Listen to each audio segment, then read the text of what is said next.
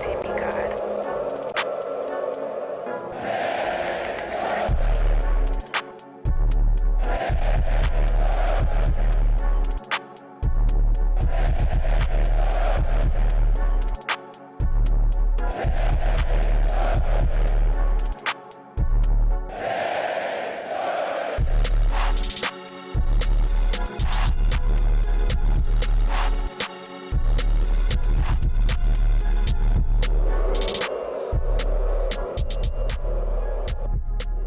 Timmy God, the producer.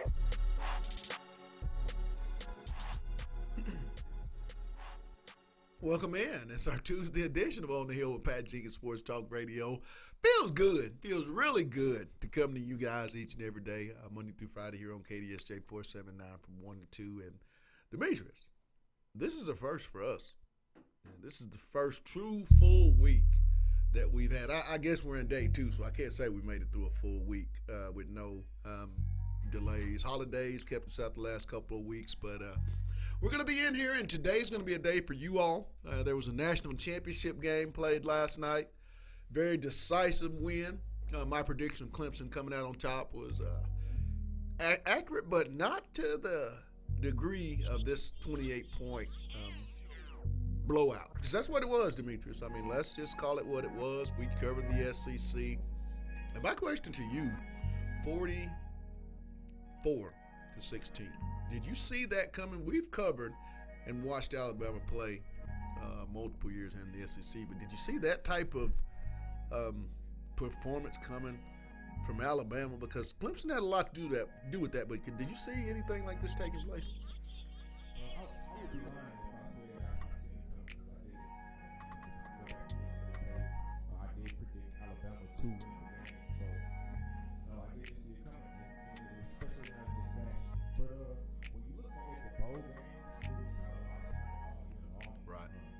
Even with it being the best teams is college football, it still was very, very lopsided. When you look at college football, what this signifies to me with Clemson, and mind you, both senior classes at the University of Clemson and Alabama, both classes finished 55-4, both 4 consecutive college football playoffs.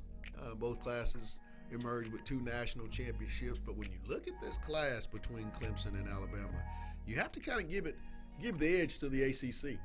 This is a class of seniors that's played 4 times, 3 times in the national championship game. Clemson's taken 2 of those national championship games, and still yet, Demetrius, I made an assumption or an observation yesterday.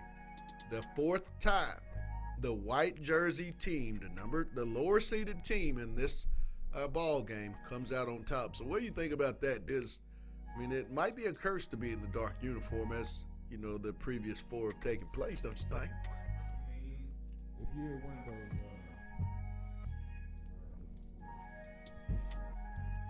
Superstitious. that was the word I was looking for. Thank you. Superstitious. Right as a front of my head. If you're one of those super, I gotta laugh about that. We got that. One of those superstitious. If you're one of those superstitious people that really believe in that, and rituals and stuff like that.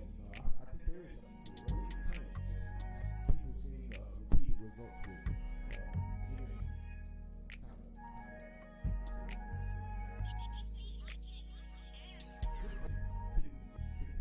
Right. same things over and over, getting the same results. I think it is something to it. We bring all this up to say Clemson, the Tuscaloosa, Alabama, are similar towns such as Fayetteville, college-driven towns, not a big population, big enough to be considered not small, if you understand what I'm saying. And both bases and both coaching staffs are able to recruit at a high level to those towns. When you look at this process here in Fayetteville, with what Chad Morris was able to do in a full year of evaluation with his staff, it's all about building relationships, but more so, Demetrius, when I look at the ball game yesterday, Justin Ross, a young man out of Phoenix City, Alabama, top player in the state, played his high school ball with a soon-to-be Arkansas signee, freshman, Amonte Spivey at Central High School. Those guys are looking for continuity as well and consistency. And when you're in Alabama, you think kids, number one, Alabama's top program going to Alabama. Well, it came to fruition and came out that Justin was looking for stability. Felt like there was too much turnover in that Alabama staff, a lot of consistency in Clemson. And when you think about that point, Demetrius, multiple years has Saban had to replenish his staff. It's known that Mike Locksley, the OC, will be moving on to be the head coach at Florida. Last year it was Jeremy Pruitt. The year before that, you've had Lane Kiffin. Dibble was your OC last year. Is now the OC with the Buffalo Bills. How much is that going to play a factor? That's, when I talk about parity and teams catching up with Alabama, those are that's really one of the main points that I'm looking at as well. You have to have a consistent staff because changeover cannot be good to remain at a high level each and every year, don't you think? Definitely. I really think it's a preference thing because I do think changes can sometimes be good. Sometimes you need that switch up. You don't need that monotony of doing the same thing with the same coach. Not to say that's what Clemson does, because I'm pretty sure they implement new strategies and techniques year in and year out with their football program. But just personality-wise, sometimes you just need a different personnel. Right. Just different vibe and energy. Some people like that. Some people like that. I know what I'm getting. I know who I'm working. I know what I'm getting every day that I come to work. So I think it's more of a personal preference. In a moment, we'll let you hear a post preview of the Florida game from head basketball coach Mike Anderson. Got a chance to catch up with Mike yesterday, and it's funny you said what you get into. Mike understands with this very young basketball team what he's getting into, and it's going to be a day-to-day process each and every game out in the SEC. I feel like this team is getting better. I truly do. This is one of my favorite teams, and here's what Coach A had to say yesterday as we prepare the audio. One of these things that I like about this team is you're going to have to do it by committee. This is not a Daniel Gafford be-all, end-all basketball team. Daniel's going to have to, let's be up front. He is the go-through. This guy's your go-to, and he has to be involved, but not to the degree. I looked out there on Saturday, and Arkansas had a very young basketball team in without their top 10 pick in Daniel Gafford, and they just stepped it up, became better defensively. They've been a consistently strong defensive basketball team, and I think if you can continue to play defense, because I really feel like their shooting is going to come around. And here's we have Dalio up, and here's what Coach had to say previewing the Florida Gators, and talk a little bit about this past weekend in A&M once again. Very good. All right, Coach, would you start off with the opening statement? Okay, we have our opening SEC game, and of course the Florida Gators come in here, and coached by Mike White, very hard-nosed, athletic team. Great perimeter players, very athletic team. So it's going to be another opportunity for us to go out and continue to get better. We had a good win at A&M, but that one's over with. And now you go to the next game, and it's a race. Because everyone started off 0-0 and got the first game out of the way. Now we go and play against a Georgia team, a Florida team that's really balanced scores. Played a tremendous schedule and had a tough loss against South Carolina. Of course, coming in here, you got a young man that played in the state of Arkansas, Kayvon. He had a big game here last time he played here, so it's I'm sure he's looking forward to the homecoming. But they got more than just Kayvon. Obviously, Jalen Hudson. We've seen what he's capable of doing. We played these guys. I guess the last time we played them was in the SEC tournament. We were fortunate to win there. So, but that has nothing to do with this year's team. We're different. They're different. Should be a great atmosphere. Looking forward to an opportunity for our guys to go out and continue to get better. I think that's going to be the big key.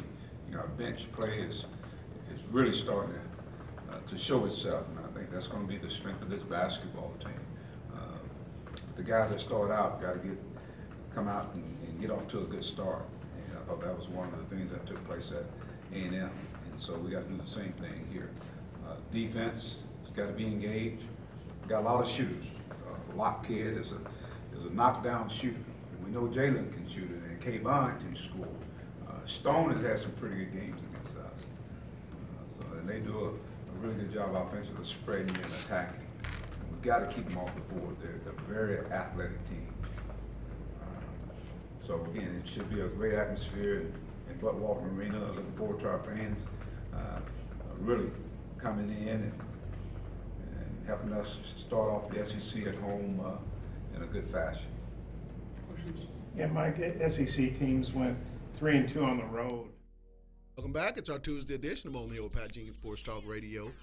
Coming to you live here on KDSJ 479, Monday through Friday from 1 to 2 p.m. And we got a caller. Welcome. Who we got? You're on the Hill. Johnson from the crisis state of Alabama. Oh. From Bama. Mr. Vernon, thanks for your call. Now, I take it today, I'm surprised that you're, willing to claim the state of Alabama based on what took place last night in California with Clemson. I do repeat, Clemson winning championships as they took their second one with Dabo Swinney. What's your take on last night's game? Well, for the record, let's state it properly. I am a Razorback fan. Right. Just so happen to be living in the crisis state of Alabama right now. We're mourning a little bit. But my take on the game is I knew the outcome, I predicted the outcome, and Dabo Swinney and the Clemson Tigers was a better team. I believe that they was hungrier than the Tide. When you look at Clemson, I just made a statement before we took your call that if it can be done at Clemson, Clemson's not a big place. Chad Morris, Arkansas's head coach, spent 3 really good years. Kind of helped Clemson's program get jump started. Chad comes to Arkansas, was able to get a top 10, top 15 class. With the areas that he's familiar with based on his days at Clemson. How, when you look at this program at Arkansas, how can that benefit, the Razorbacks going forward? Well, I believe that Coach Morris bring in a lot of the skill set. It's just now giving him time to get the talent, the players. And one thing I would say about Dabo Swinney is he's a man of faith. Right. And I believe faith needs to come back into the sport. Christian athletes, and I think a lot of that starts from the top. When you look at this Alabama staff, Justin Ross, I know you're real close to my producer. Justin Ross there at Phoenix City had a chance to play. I believe your son went to Enterprise High School, and they played those guys a year ago, I believe, state playoffs or prior to the state playoffs. Alabama was highly, highly involved with this young man. He chose to go to Clemson. How big is that? When you're an in-state young man going back to the state of Alabama, what is it? The inconsistency or just the constant turnover at the staff? Do you think that's something that these kids are starting to look at when coming down to those last decisions of what school when Alabama is involved? Well, keep in mind now, Alabama have a great program. Right.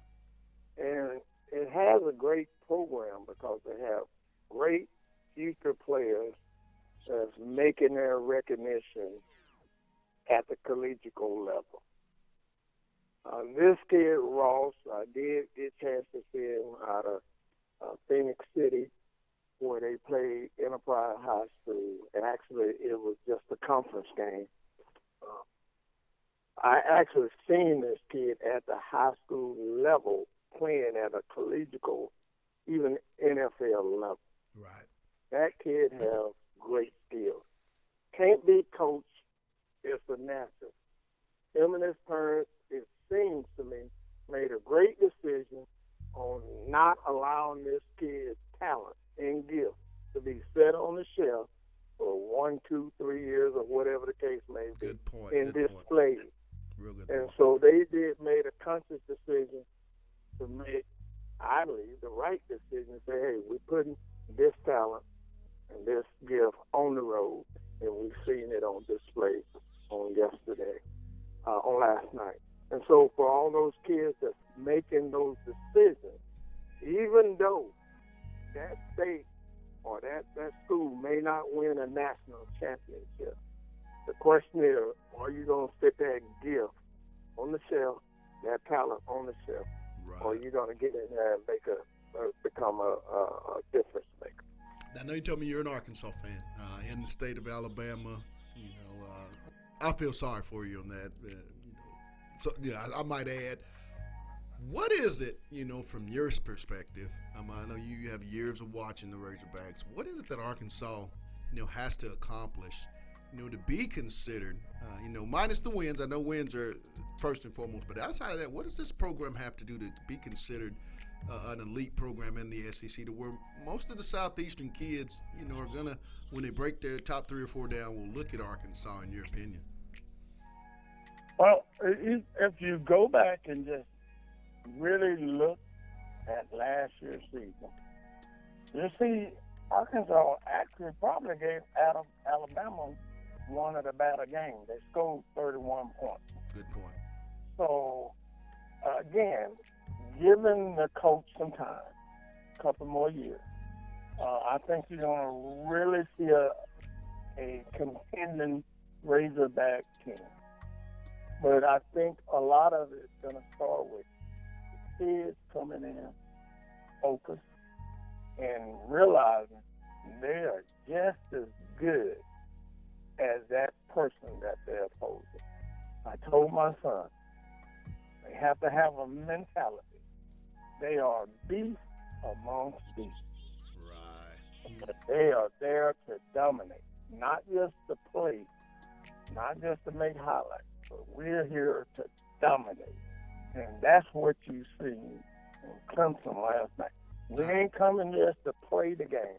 We're coming to dominate it. I totally agree, you know, because when you looked at that game, those 4 defensive linemen, Wilkins, Farrell, Bryant, those guys came back for a reason. And it was to finish what they had started, and last night's game was the ultimate, you know, topping, the cherry on top for that program. And, you know, it's so emotional to see those guys accomplish that particular goal. But, Mr. Vernon, thanks for calling us here on the Hill. Feel free anytime with any thoughts you may have.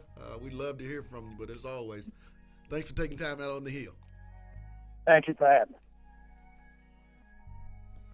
I'm going to tell you, D, big time.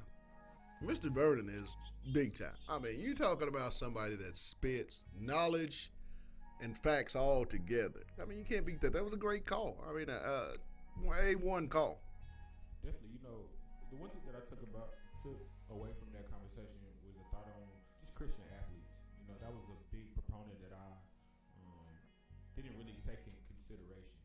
And I think Chad Morris has kind of started that that trend here at Arkansas. So I really thought that was great that he pointed that out. You know, there's times where Chad Morris has been really trying to implement things in with Cross Church, going out there talking on Sundays, trying to implement that faith. So I think that is a big proponent that is really missing from sports in general and really just from life. And I just like that he pointed that fact out, that Dabo is a big speaker on that particular subject. So I think that was just I totally agree. That was one of the main things. I mean, in the opening speech down on the field following the national championship game, he spoke of his faith for the Lord. And, I mean, you know, that's big time when people can speak of that and not worry about, you know, the politics that come with it. I know that can be an uncomfortable topic sometimes when you're dealing with sports, but I wholeheartedly applaud Dabo Swinney for being very open with his faith and, you know, shares it. I mean, I think that's what you have to do. You know, one that can give testimony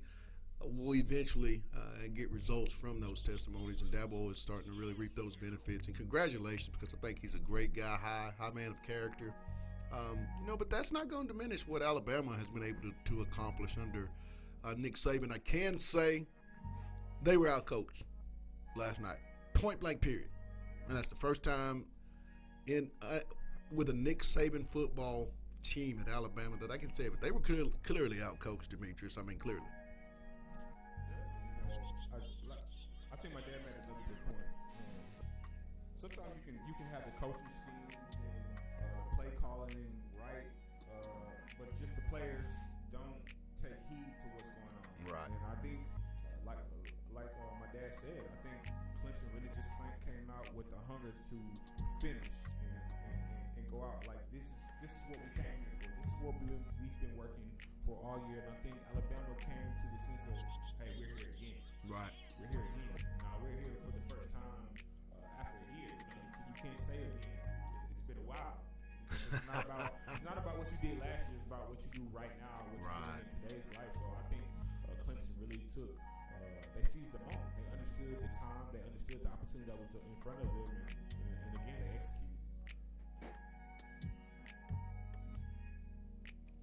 executed. We'll take a quick break. I think we have a caller. Welcome, this is Pat. You're on the hill. Who we got? Coach Dennis Brown out of Enterprise, Alabama. What you got for us? Yeah, I just want to talk to you about the game last night and from my perspective, your perspective. All right. What you got? Yes, sir. So, watching it, I noticed that some Alabama issues this year, and as an Alabama fan, on the back end of the secondary wasn't fixed from game 1 to game 15. And last night, during the game, it looked as though we wasn't very creative. Right. With our blitz packages and our coverage mix up, that we never got Lawrence off his point. Right. Good point. He was very comfortable in the pocket. It was nothing that we wasn't able to manufacture pressure with our front four. There was no blitz packages and things of that nature that would get him moving off his points to create discomfort in the pocket. Right. And you got to give Clemson credit as well to the receiver core, which I believe has been underestimated because they were making some remarkable catches. No. Now, Pat, do you go ahead? Go ahead. What's your question for me? Do you think Nick Saban needs to make a change at defensive coordinator? I don't think that's the case. I think it's just a situation. A lot of those guys were young.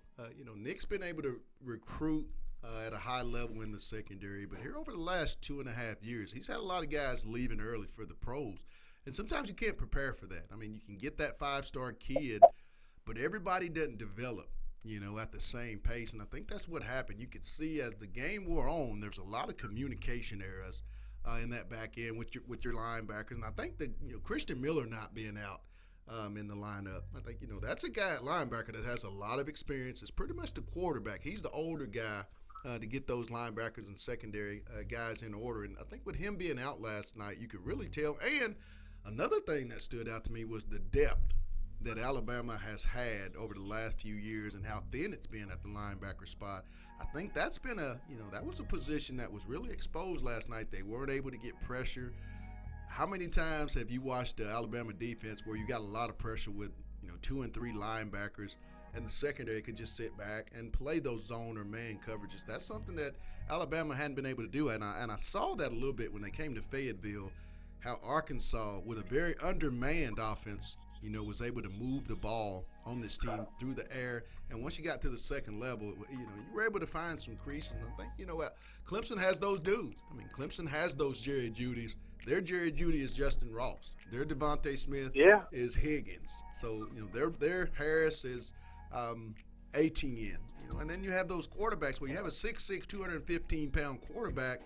Well, now you really can't get your hands up and get your hands in his passing lanes and confuse him. And the kid, as he got settled in, those 6'4", 6'3" wide receivers, there's a reason everybody in the country are starting to look for those guys. Case in point, Alabama has some of that same exact talent, but it was a great game. I think what this really says to college football is there's a way to beat Alabama, but first and foremost, you have to have a pro, not just a potential pro at quarterback.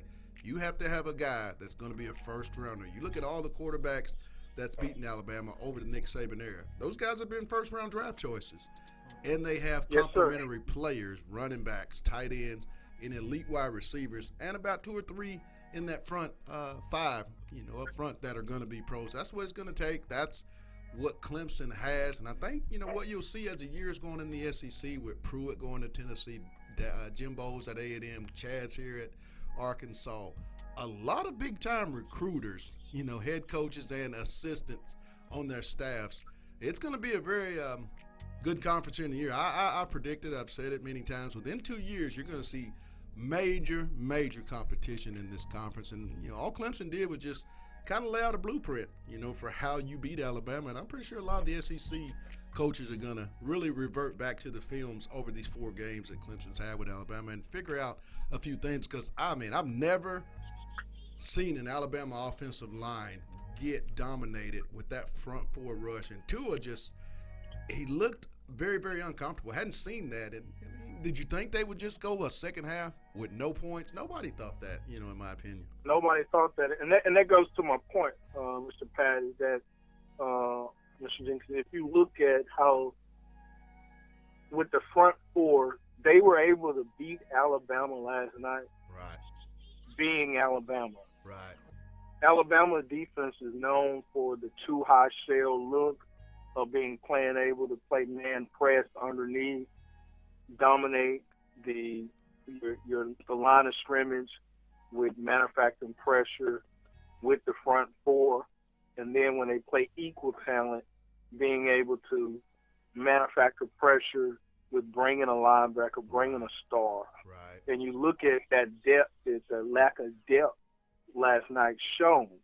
If you remember, Mika Fitzpatrick last year, his senior year, or his junior year, when we beat Clemson and when we couldn't manufacture pressure, didn't have that depth, when all the linebackers were injured. Right. From a coaching standpoint, Nick and Jeremy were able to then use Mika Fitzpatrick and manufacture pressure from that star position. Right. And last night, with the youth in the secondary and the confusion at linebacker not having Christian, you were able to see how Clemson exploited those type of things. I remember one play in particular where they were in a 2-by-1 by 2 set. Right. And they motioned the 2 receiver from the weak side of the formation over, and the linebacker, Dylan Mosey, was confused Yes. on who he had in coverage. And this is a 3rd and 4, 3rd and medium, and they run the immediate speed out right there, where he was expecting the corner to sit on the route, Right. and the corner got depth. So those things the game within the game that most people don't see is what I felt like Alabama got beat at last night. Being an Alabama fan, my question to you is, what was more surprising? Was it the way that Clemson was able to, control Alabama defensively and pretty much run, basically what they wanted? I think they had a stretch where there was 5 touchdowns and a field goal there at one point, or was it just the way Clemson defensively was able to, control Tua and those wide receivers in that Bonnet running game? Because as the game wore on, Najee got less and less. Don't really understand the scheme or package for Damian. And Josh Jacobs, just running the Wildcat. What was the most surprising thing? Was it the offense or defense side of the ball? The most surprising thing was from a defensive side of the ball. When as a fan, taking off the coaching hat, Alabama has always been able to get 1 or 2 stops when needed. Right. Even when we didn't have the best defense. Good point. You'd always know that, hey, they're going to get 1 or 2 stops. But last night as a fan, I saw Nick hit the panic button, or it felt as though the team panicked because they felt like, hey, we're just not going to be able to stop them. Case in point, ball on your 35 early in the half, you go for it on your side of the field. I get your point. I totally agree with you. And never seen Nick Saban do that. No. Never seen Nick Saban do that on his side of the 35 of saying, okay, if we don't get this first down here, the game is over with. Right. And that's when I had, as a fan, I had to stop looking at the game as a fan and start looking at it from my coaching standpoint of what can I learn from what's happening now. Correct. Because at the score at the time was only 14-13. Uh-huh.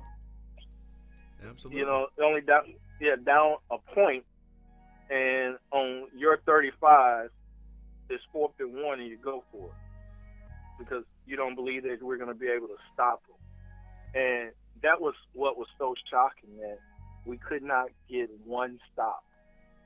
And, you know, you go to the offensive side of it is, if you go back through Nick Saban's coaching career and you look at it, I've never seen him leave points on the board. I totally even agree. when we Great point.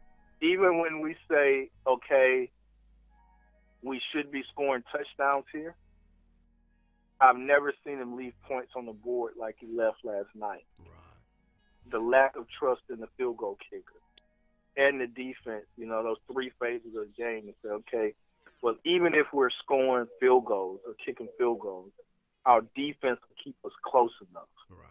Last night, that wasn't the case. Well, we greatly appreciate your call. Keep calling. You have the number, and you call me anytime, and please share your thoughts. But, I really thank you for taking time out on the hill. Will do. Thank you, sir. Great caller. Another caller from the state of Alabama. I mean, that really makes us feel good, Demetrius, that we're able to reach out to so many SEC fans from different parts of the country. I know our main home base will always try to take care of the University of Arkansas, but we're in this for everybody. I mean, the more you know, the more we'll try to bring to you. But back to you. I know you had a point that you were going to make with this caller. What was that point? Yeah, it was just two things. Just speed.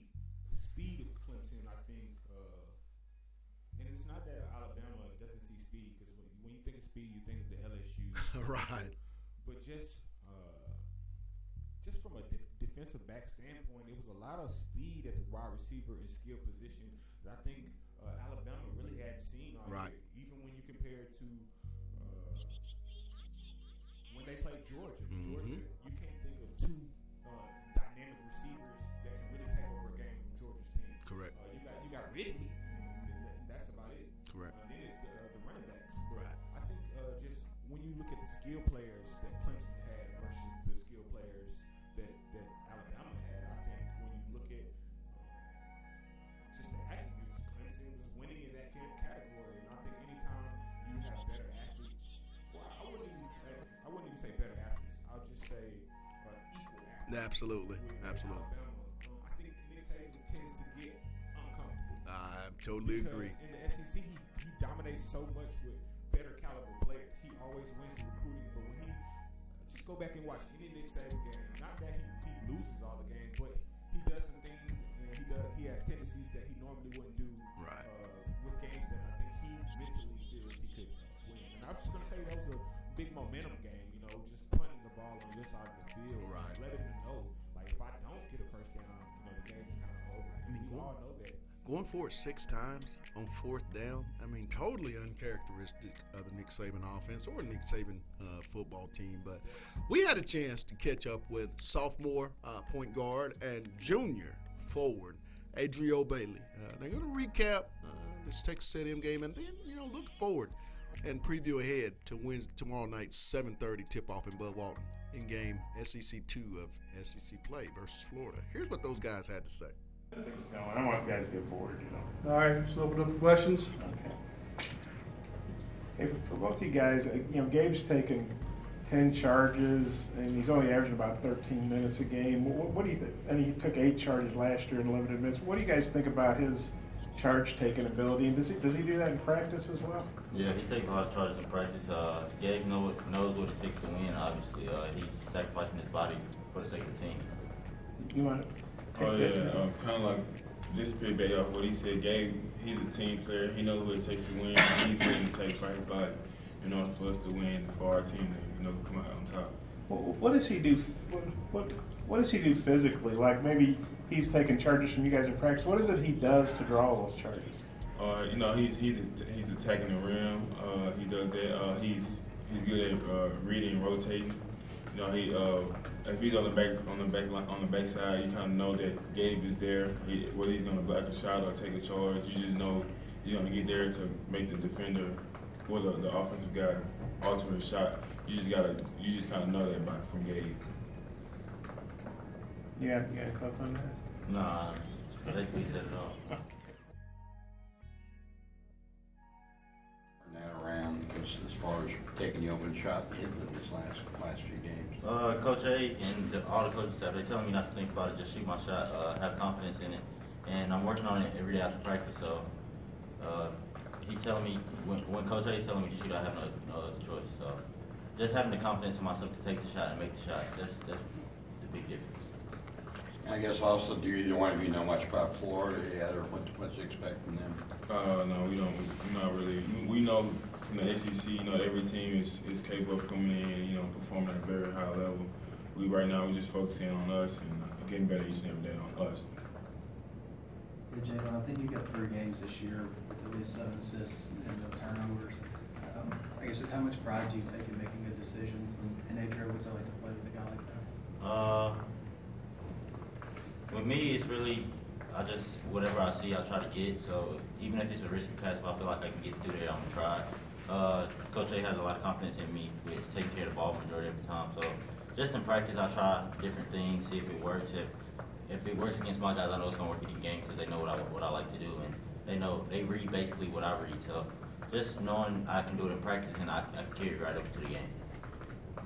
Playing with a point guard like Jalen, I wish I had him in high school. He's a dream. He's my dream point guard. Can score when he wants to, can distribute, make plays. He's a point guard I always wanted. Now that I got him, we can only go up from here.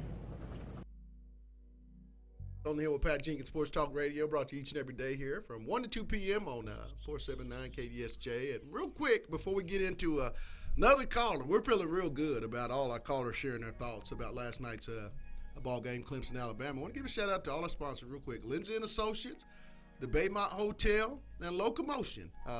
Those are our 3 sponsors. I want to give a shout out. But we have another caller. Who we got? Curtis Williams.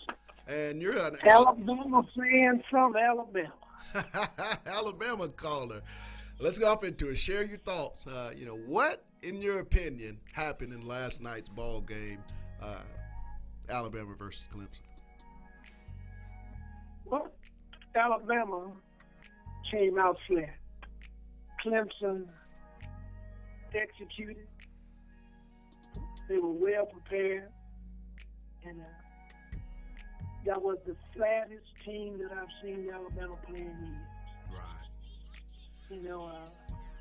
Nick Saban normally has the team up for execution. We just didn't execute last night. Good point.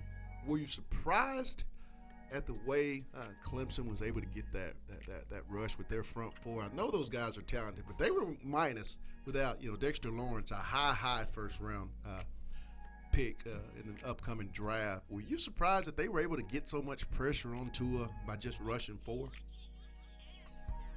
Well, I was totally surprised, but we must also look at that. Clemson defensive line is one of the best in the league. Right. There's no surprise. They have been consistently good for years. They played together for years. Well coached. Defensive coach is an awesome defensive coach. But last night our offensive line failed to properly block, Clemson defensive line, and that's unusual for our offensive line. When you looked at Alabama defensively, Clemson pretty much after that first quarter when Trevor Lawrence, the true freshman, starts settling in, their offensive line, being the seasoned group that they are, were able to really take control of that football game. I didn't see any pressure on the freshman. And as a result, he was able to just really start pinpointing as he went 20 of 32. Was that real surprising of a Nick Saban defense to not be able to, you're so accustomed to being able to make a couple of defensive plays at really critical times in big games? Well, I was, but what I look at when you look at the Alabama defense, you look at Alabama games, games against Mississippi State, games against LSU, games against Georgia, games against Oklahoma. I saw fatigue. That those guys have exerted so much energy to be 14-0. Right. Fatigue finally caught up with them, and they didn't have as many strong players on their defensive line that they've had in previous years. Right. When you look at the coaching staff, there's been so much turnover over the last 5 or so years. You've had McElwain, you've had Lane Kiffin, Dibble, Sarkisian, Loxley, he's moving on. You've had Kirby Smart, who's moved to head coach, Pruitt. There's been a tremendous amount of turnover in that program. Is this, in your opinion, because in my opinion, I think this may have been top to bottom his weakest staff as far as making in-game adjustments that I've seen in the Nick Saban era as Alabama's head coach? Well, the thing about winning, everybody come to your house. Absolutely. Get dinner. Good point. And sure, some of the masterminds that we've lost over the years, I mean, they're not as Curtis Smart might be the most successful one that left that group. The rest of them, they might win some games, but Kirby has developed a powerful team. And so you do not replace some of these guys. You give another coach, but you still miss that mastermind in that era they was in. And so it's beginning to wear and tear, but they've executed with the talent that they've had. And losing about what they say within the last 10 years, Nick probably has lost close to 20 coaches. But he still has proven to be a winner, even by losing so many coaches. Well, my man, glad you called us. Feel free to call us anytime here on the Hill from 1 to 2 p.m. Monday through Friday if you have any thoughts. But, hey, thanks for taking time out on the Hill today, and you have a blessed one, my man. Amen. God bless you now. That's 3 callers from the state of Alabama, Demetrius. That's tremendous. Thank you all for the calls. We totally love your thoughts and opinions. And continue to bring us more. You can always do so by calling us at 479-601-7400. We'll get you in. That's going to close out our segment today. I want to give a thank you to our sponsors, Lindsay & Associates, with an office location in Fayetteville and office location also too in Rogers. The Baymont Hotel, it's located at 735 South Shiloh Drive. And lastly, Locomotion, located just below the Northwest Arkansas Mall. And if you want to be a sponsor of On the Hill with Pat Jenkins Sports Talk, you can reach us by hitting us up on our Facebook page, On the Hill Sports Talk. You can also reach us on our Twitter page, On the Hill Sport with Pat Jenkins. Also, you can reach me by Twitter at Pat Jenkins4, or you can reach us here by calling us 479-601-7400. That'll get you in, but we're going to finish it out today. We'll be back tomorrow with a lot of Fastest 40 as Arkansas will be getting ready to tip off versus the Florida Gators. Until tomorrow, it's On the Hill with Pat Jenkins on KDSJ 479. You guys have a blessed one.